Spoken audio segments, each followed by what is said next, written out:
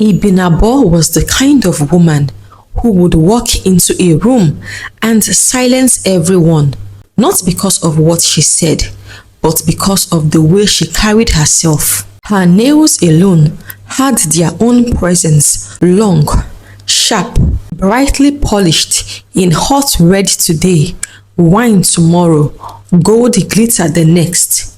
Each nail sparkled like it had its own personality, and Ibinabo treated them as if they were living beings. Please, please, please, Daffi. She would wave her hand dramatically. Do not come near me with broom or mop.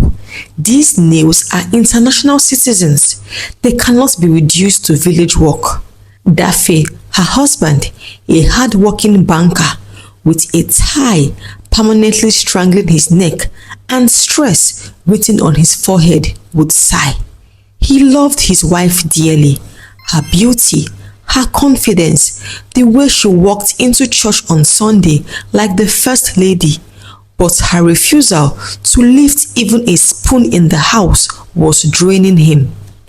Their two-bedroom flat in Surulere looked like a battlefield. Clothes scattered on the chair, on the bed, on the floor, sometimes even on the dining table.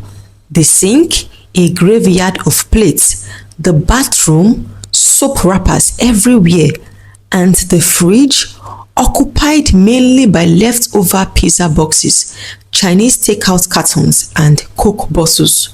Yet, Ibinabo didn't see anything wrong with it. Baby, she would say with her sweet smile whenever Daffi complained.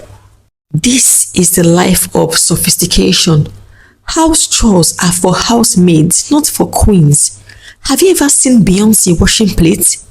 Do you see Kim Kardashian scrubbing bathroom ties? No, they are served. They live soft life. And I, Ibinabo the Great, I deserve soft life too. Daffi sometimes wanted to argue back, but he always swallowed his words. He didn't want to be the husband who quarreled every day. Besides, Ibinabo had a way of turning every argument into a lecture on modern women's empowerment. One particular Sunday, after a long week at work, Daffi came home expecting maybe, just maybe, something like jollof rice or egusi soup. His colleagues at the bank always bragged about how their wives cooked different delicacies for them. One even came with a cooler of oha soup to share at the office. Daffi, meanwhile, had been surviving on chicken and chips from the fast food shop down the street. He opened the door that Saturday and was hit with the smell of something, not stew, not fried plantain, but nail polish remover. Ibinabo was sitting on the couch, legs crossed, with cotton wool in one hand, carefully repainting her nails. Beside her was a plastic bag from an expensive restaurant with fried rice and turkey. Baby, she exclaimed, blowing air on her nails dramatically. You are back early. Surprise! I bought us dinner. No need to stress. Daffi's heart sank. Dinner again from a restaurant. He forced a smile and sat down. Ibinabo, don't you think sometimes you should cook, even if it's a small jollof rice? Ibinabo gasped, as if he had suggested armed robbery. Cook? With what nails, my love? Do you want me to chop onions and break these babies? Do you know how much I paid for this set? 15,000 naira. 15! One careless slice of onion and it is all over. Do you want me to cry? Daffi kept quiet. He ate the takeout in silence, chewing slowly, staring at the cobweb dangling above the TV. That cobweb had been there since last month, waving proudly like a family member. Neighbors too had started gossiping. The woman next door, Mama Ngozi, once told another neighbor, that Ibinabo girl cannot even sweep her corridor. See how dust is greeting us every day. If cockroach is not careful, it will build a house there. Inside the house, things were worse. The laundry basket, overflowed onto clothes, started forming a mountain, sliding to the floor, and becoming a second carpet.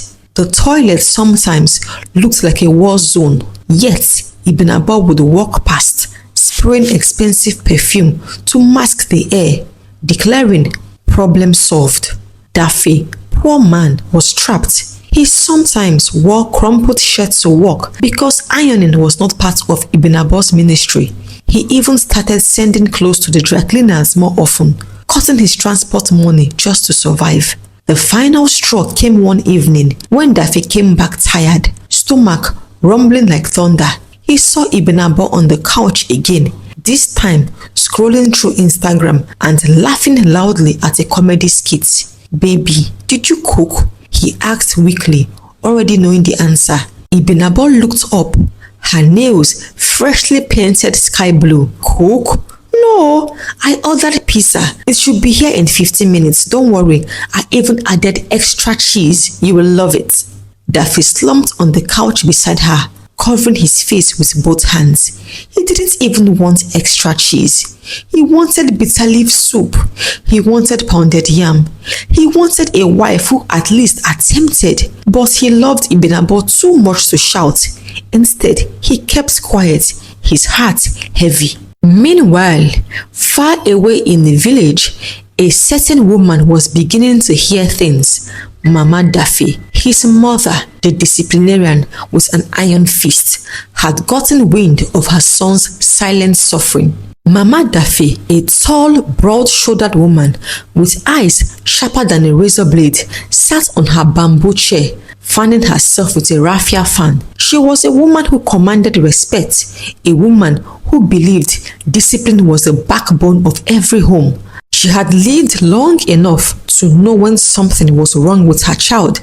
And this time, it wasn't just motherly instinct, it was information. Her cousin's son, who had just returned from Lagos, had whispered into her ears during evening gatherings, "Mama, I don't want to alarm you, but your son Daffi is suffering. That wife of his does not cook, does not clean, she does not even sweep. The house is like a dustbin. Your son is starving." Mama Daffi dropped her fan and sat upright. "Starving? My Daffi, starving in the house of a woman with 2 hands and 2 legs? Impossible." "It is true, Mama." The cousin's son nodded dramatically. "That woman is only painting nails, painting face, and buying food from shop. If you see their sink, plates have been there since last Christmas." Mama Daffi's eyes widened. Her voice dropped into a dangerous whisper. "Over my dead body. My son cannot be reduced to a refugee in his own house, not while I am alive." That very night, she began her preparations. She pulled out her big metal box, the one she only used when traveling for long stays.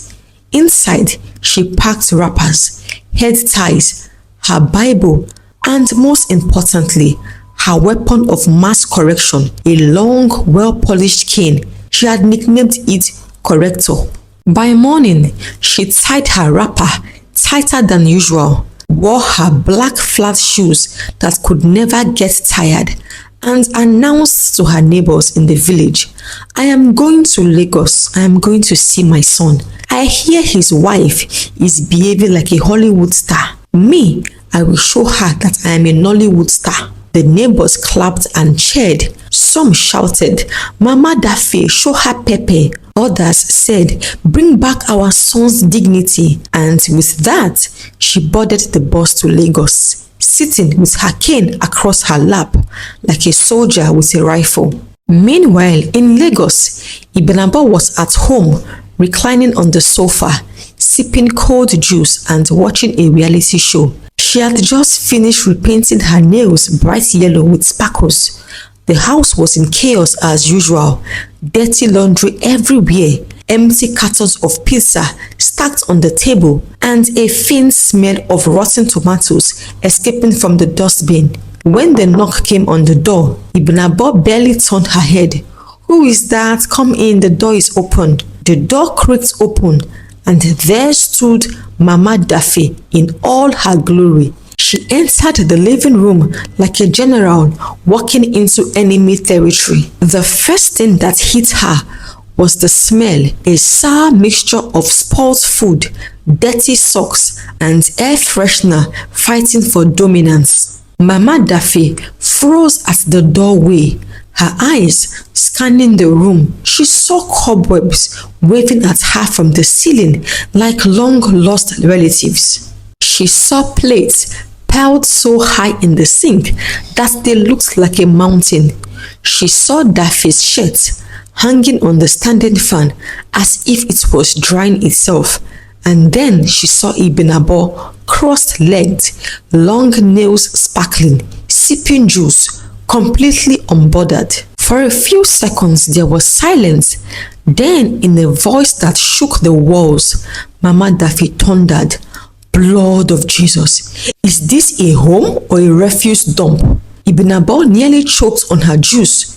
She turned and saw her mother-in-law standing there, wrapper tied tight, cane in one hand, eyes blazing. Mommy, Mommy," Ibinabo stammered, trying to stand up. "Yes, it is me," Mama Daffi backed, dropping her box on the floor with a loud thud.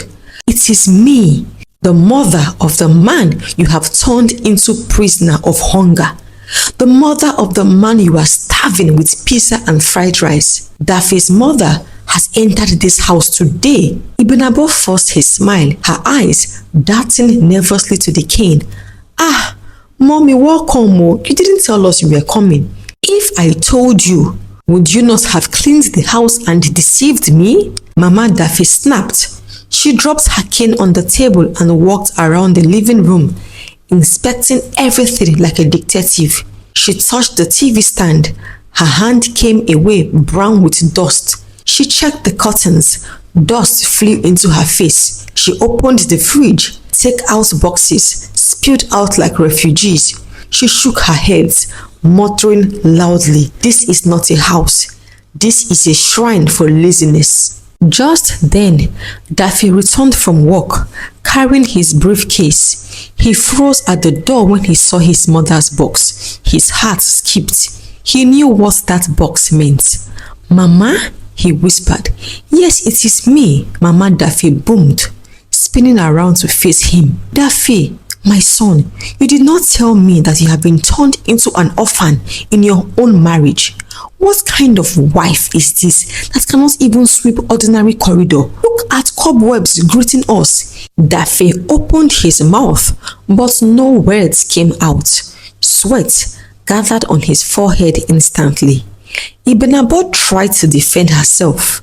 She raised her glittering nails and said sweetly, "Mommy, you know in this modern age, we don't stress ourselves with chores.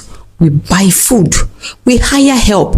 These nails," she raised her hand higher like she was showing a national trophy, "these nails cost money and must not suffer." The moment she said it, Mama Daffi clapped her hands together loudly 3 times. "Did you hear that, Daffi? Instead of soup, she is serving you nails." The neighbors, sensing drama, started peeping through the window. They saw Mama Daffi standing with her cane, Ibinabo clutching her nails, and Daffi sweating buckets in between. It was live Nollywood. Mama Daffi lifted her cane and pointed it at Ibinabo. "From today, I, Mama Daffi, have entered this house. I will stay here until this place turns from dustbin to palace. This my corrector will train you by fire by force. Ibinabo, get ready. Your holiday has ended." Ibinabo's mouth dropped open. "Mommy, you mean you will stay here with us?" Mama Daffi nodded firmly, her eyes gleaming. "Yes, so for 1 whole month, I will show you the meaning of being a wife." The room went silent. Daffi's jaw dropped. Outside, neighbors whispered excitedly, "It don't happen. Mama Daffi has landed. War will start today." And indeed, war had started. The next morning was a Sunday, but in Daffi's house, it felt like Judgment Day. Mama Daffi had woken up at the crack of dawn, tying her wrapper tightly, humming church hymns, and sprinkling holy water around the sitting room as if she was preparing for battle. Her cane, corrector, leaned against the wall like a soldier ready for deployment. Ibinabo, on the other hand, was still in bed. Her satin bonnet was in place. Her false lashes from the night before still glued on stubbornly, and her nails were shining like little torches in the morning sun. She had no intention of moving an inch. By 8 a.m., Mama Daffi could no longer hold it. She clapped her hands so loudly that Ibinabo jolted awake. "Everybody come to the sitting room now. Family meeting. This nonsense will not continue in my son's house." Daffi, already tying his tie for church, froze. He knew what was about to happen. He had seen this exact tone in his mother's voice when she dealt with some troublesome villagers back home. Even stubborn goats feared that tone. Within minutes, Ibinabo shuffled into the sitting room, dragging her fluffy slippers, yawning and holding her phone. She sat on the sofa and crossed her legs, her long nails glittering. She didn't even greet. "Mommy, good morning," Daffi said respectfully, perching on the edge of the chair like a schoolboy. "Good morning, my son," Mama Daffi replied, her eyes fixed like daggers on Ibinabo. Ibinabo finally raised her head, smiled lazily, and waved her nails in the air. "Morning, Mommy." Mama Daffi hissed so loud it echoed. "What kind of rubbish is this? You are greeting me like celebrity, waving to fans. No respect, no humility. Ha, Daffi, is this the wife you married?" Daffi scratched his head nervously. "Mama, please calm down." "Calm down?" Mama Daffi snapped. "Since yesterday I entered this house, I have not seen ordinary broom in her hand. I have not seen pots on fire. Instead, all I have seen is cobweb waving at me, rats dancing in the kitchen, and plates piled like Mountain Kilimanjaro. My son, you are starving." Ibinabo sat upright, tossing her hair dramatically. "Mommy, excuse me, but with all due respect, this is the 21st century. Women are no longer slaves of the kitchen. We are queens. We have standards. We live soft life. Cooking and cleaning are outdated." Mama Daffi gasped so loudly she almost fell off the chair. "Soft life? Standards? Queens? Who told you that stupidity? When did onion and broom become your enemies?" Ibinabo crossed her arms. "Mommy, women today are not judged by how much they cook. We are judged by our class, our confidence, our success. Look at my nails." She raised her fingers proudly. "Do these look like nails that should be touching firewood?" The sitting room went silent. Even the wall clock seemed to stop ticking. Then Mama Daffi clapped her hands 3 times. "Daffi, are you hearing? What kind of curse is this?" Daffi looked from his mother to his wife, sweat forming on his forehead. He opened his mouth to speak, but nothing came out. He felt like a referee in a boxing ring, but both boxers were his family. Ibinabo leaned forward, her voice rising. "Mommy, you need to understand, this is not the village. This is Lagos. Modern couples hire maids. They order food. They use washing machines. I am not lazy. I am just sophisticated." Mama Daffi stood up suddenly. She tied her wrapper and stamped her foot. "Over my dead body. My son will not die in the name of sophistication. I will not watch hunger kill him while you are busy polishing your nails." By now, neighbors had gathered outside the window again. They could hear every word. One whispered, "Mama Daffi has started. Ibinabo too know the fear." Another said, "I love this free drama without subscription. No."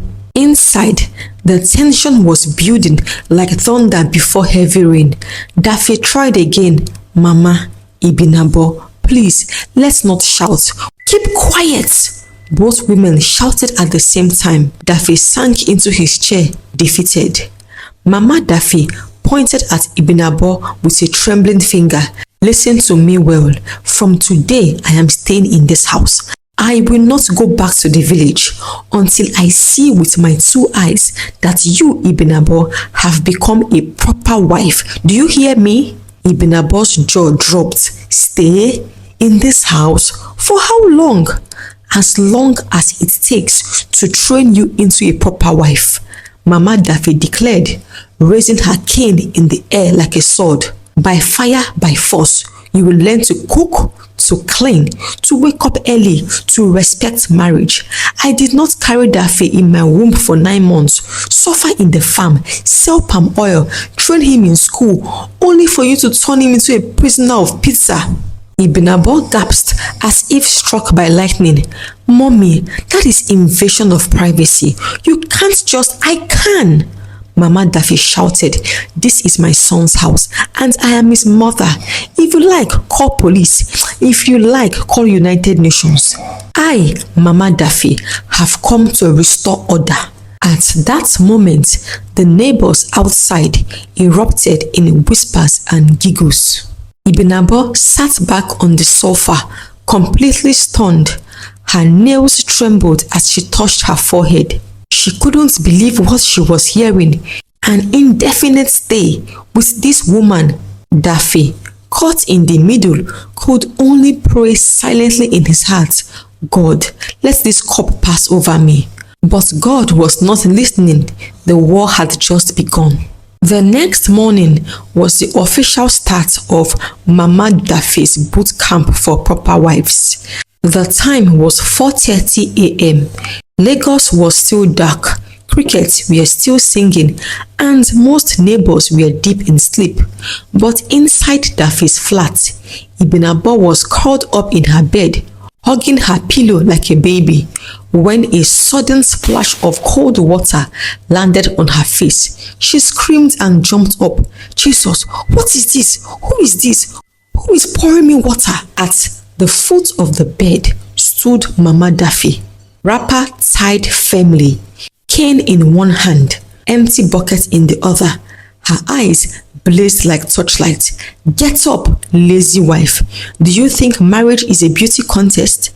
Wives of nowadays are awake before the cock crows. By this time, we are already in the kitchen preparing firewood. Stand up. Ibinabo shivered, dripping wet. Mommy, are you serious? It is still night. People are still sleeping. Mama Daffi raised her cane. In this house, when I say morning, it is morning. Now, follow me to the kitchen before I pour you a second bucket of water. Ibinabo, still half asleep, dragged her feet into the kitchen. The kitchen itself looked like a battlefield. Mama Daffi had already arranged the training materials on the table: a broom, a knife, a pestle taller than Ibinabo, a sack of yam, a tray of tomatoes, onions and pepper waiting in the kitchen. Ibinabo's eyes widened. Mommy, all this in one day? Yes, Mama Daffi backed. And if you don't finish today, nobody is eating, not even cockroach in this house. The first task was peeling yam.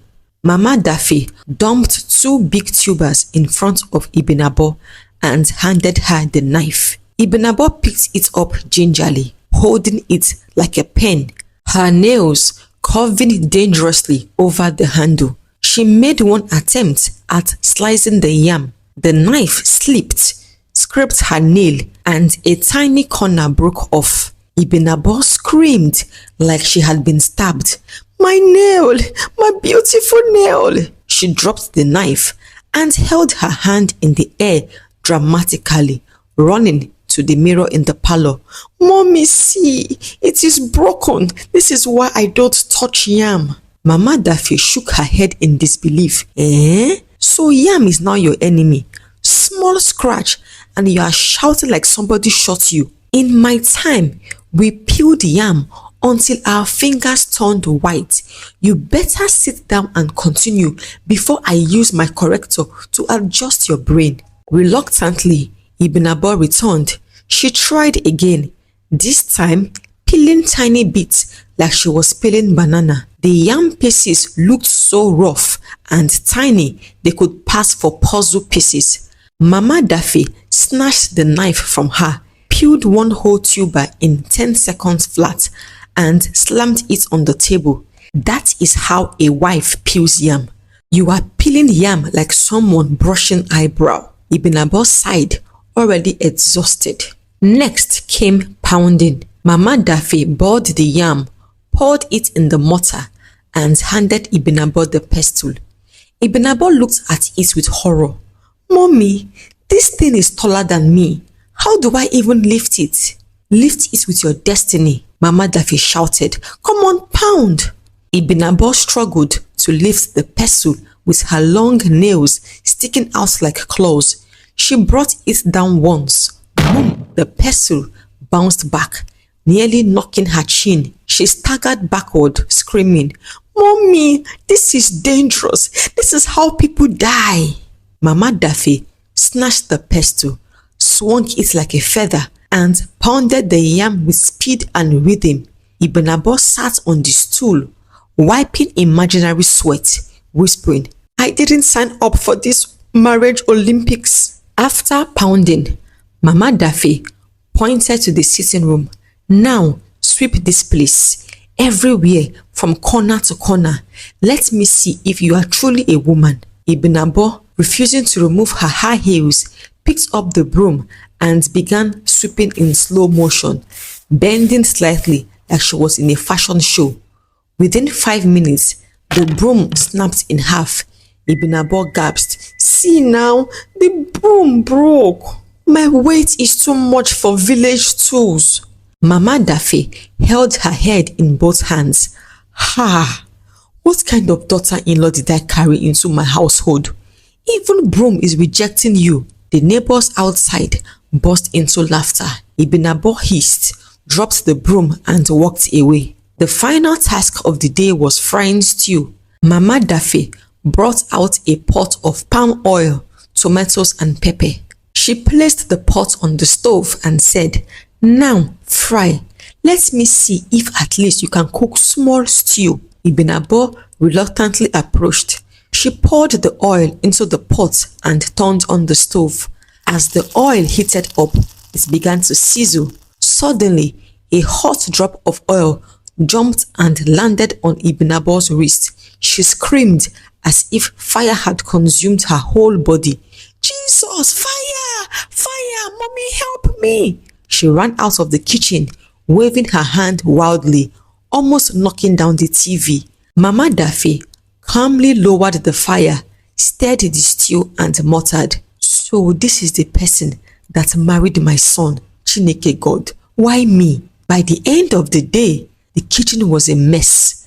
The yam was half peeled. The pounded yam looked like scattered stones. The broom was broken and the stew was burnt. Ibn Abba collapsed on the sofa, fanning her nails and muttering, I'm too fine for this kind of punishment. Daffi sat quietly in the corner, his stomach rumbling louder than a generator. He wanted to cry. Mama Daffi, standing tall with her cane in hand, looked at both of them and declared, Daffi, did you marry a mannequin or a wife? This one cannot peel yam, cannot pound, cannot sweep, cannot fry stew. Tomorrow we continue the training. I will not leave this house until she becomes a human being. And with that, she stormed into her room, leaving Ibn Abba pouting and Daffi holding his head in despair. Outside, the neighbors shook their heads and laughed. This house is better than television. We must not miss tomorrow's episode. And indeed, the training had only just begun. The atmosphere in Daffi's house was hotter than Lagos traffic on a Monday afternoon. Ibn Abba had had enough of Mama Daffi's endless discipline. Day after day, she had been dragged from her beauty sleep at 4:30 a.m., forced to pound yam, sweep floors, scrub toilets, and fry stew as if she was training for the house help Olympics. Her precious nails were now in mourning, half broken, some bandaged with plasters, and one completely gone. Every time she looked at her hands, she nearly burst into tears. One evening, while sitting in her bedroom, staring at the piece of broken nail like they were fallen soldiers in battle, she decided she would not die in silence. No, not Ibinabo, the sophisticated Lagos wife. She would fight back, not with broom and pestle. No, she would use sophistication. She picked up her phone and dialed her friends. 4 equally polished, long-nailed, wig-wearing, champagne-sipping ladies who lived their lives as if Instagram were watching them 24/7. Girls, I can't take it anymore. Ibinabo wailed dramatically into the phone. This woman, this iron-fisted mother-in-law of mine, she wants to kill me with chores, my nails, my life, my peace. On the other side of the call, her friend Cynthia gasped so loudly. What?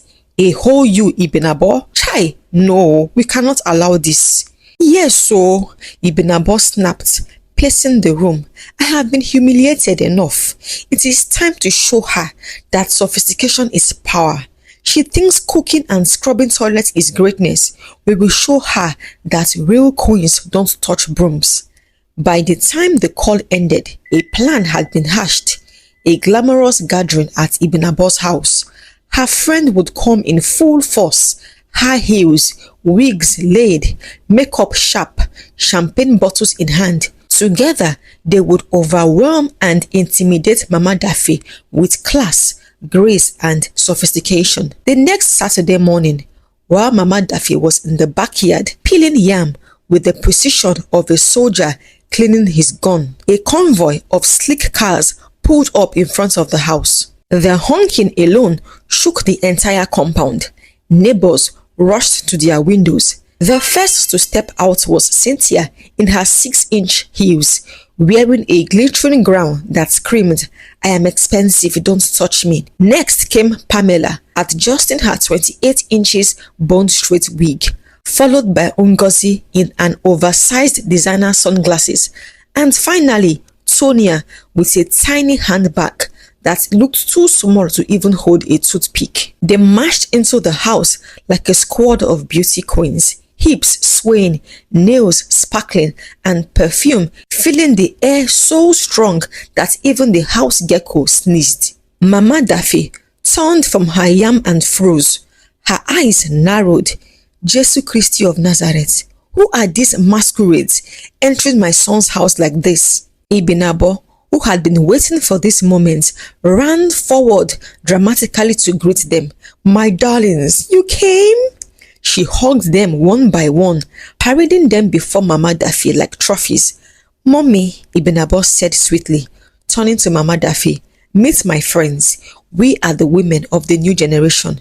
We believe in enjoying life, not suffering inside the kitchen. Her friends nodded in agreement, clicking their tongues and rolling their eyes as if house chores were a disease. Cynthia raised her glass of champagne, which she had brought from the car, and declared, a modern woman is a queen, not a maid. Pamela added, our nails are our crown. We don't break them with dirty work. Ngozi snapped her fingers in the air. I beg, leave house chores for those who don't know their worth. The 4 of them laughed in unison, their fake British accents filling the room. Mama Daffi stood there, hands on her waist, wrapper tied tight, her cane, the corrector, leaning on the wall behind her. Her face was expressionless at first, but inside her, volcanoes were erupting. She inhaled deeply, then exhaled with the power of a hurricane. So this is your army? She finally asked Ibinabo. Yes, mommy, Ibinabo replied proudly, crossing her legs and tossing her wig. And together, we will show you that a wife can live a soft life and still be respected in the society. The neighbors were already gathered outside, pretending to fetch water, but clearly eavesdropping. Mama Daffi clapped her hands together 3 times. Good. Very good.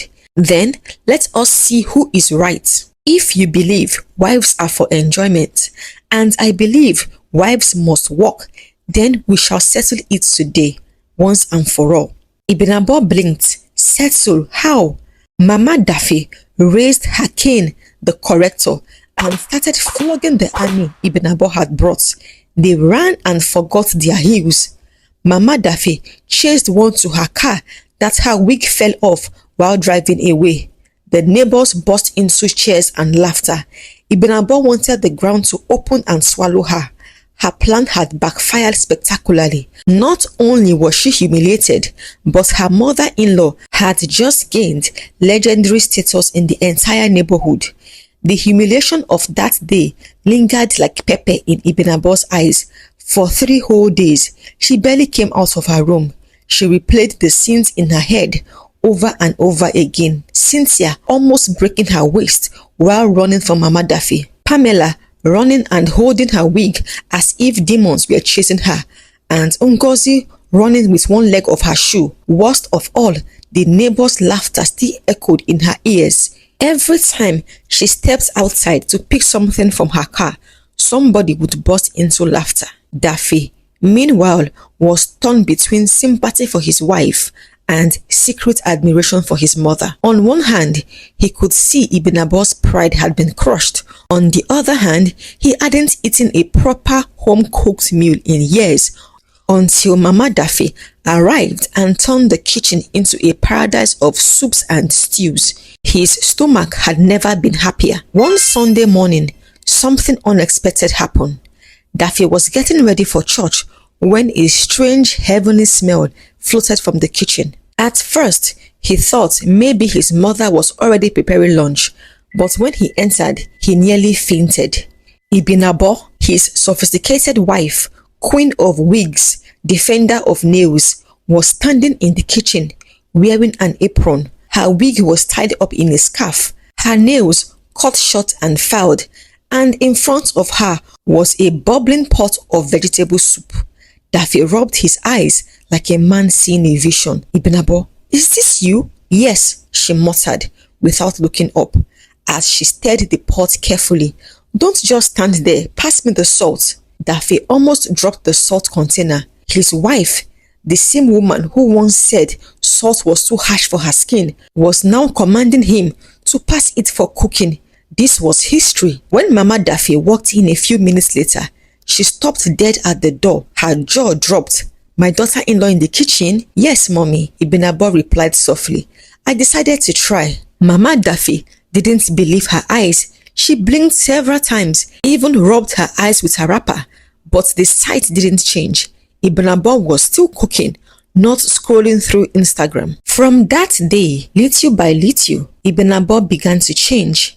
She started helping out with cooking. Although her soups were sometimes salty, she attempted sweeping, though her sweeping style was so slow that Mama Daffi often snatched the broom and finished it herself. One evening, she even volunteered to wash plates. She wore 2 pairs of gloves to protect her soft hands. Daffi was in awe. He watched his wife transform from Instagram madam to someone, at least, attempting to be a responsible partner. He couldn't hide his joy. Mama, he whispered one night when Ibn Abba had gone to bed. Thank you, Mama. You have changed my wife. Mama Daffi smirked. It is not me, oh. It is the rod of corrector and the power of shame. Mama Daffi, however, was not fully convinced. She wanted to see if Ibn Abba's change was genuine or temporary. So one afternoon, she announced, I am traveling back to the village tomorrow, but before I go, Ibn Abba, you must cook egusi soup alone, no help from me. Ibn Abba's eyes widened. That evening, she went into the kitchen with determination. She sliced vegetables, fried egusi and stirred carefully. The smell was promising. When she finally served the soup with pounded yam, everyone gathered around the table nervously. Daffi took the first bite. His eyes widened. Not in horror, but this time in delight. This is delicious, he exclaimed. Mama Daffi tasted next. She chewed slowly, then looked at Ibn Abba. You have tried? It is not perfect, but at least I can swallow it without crying. Ibinabo smiled shyly. For the first time since Mama Daffi's arrival, she felt proud of herself. The next morning, Mama Daffi packed her box, tied her wrapper, and prepared to leave.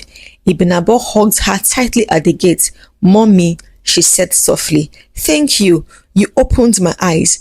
I will continue to do better." Mama Daffi patted her back. "That is good, my daughter. Remember, a wife's strength is not in her nails, but in her heart and her hands."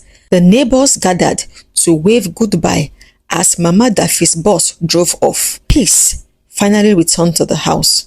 But 3 weeks later, something hilarious happened. Daffi came home from work one evening, whistling happily, expecting to smell food. Instead, he found Ibinabo sitting in the living room, nails long and glittering again, scrolling through her phone. "Ibinabo," he began cautiously. "Yes, dear," she answered sweetly. "Your nails, they are back?" "Yes," she replied, flipping her hair.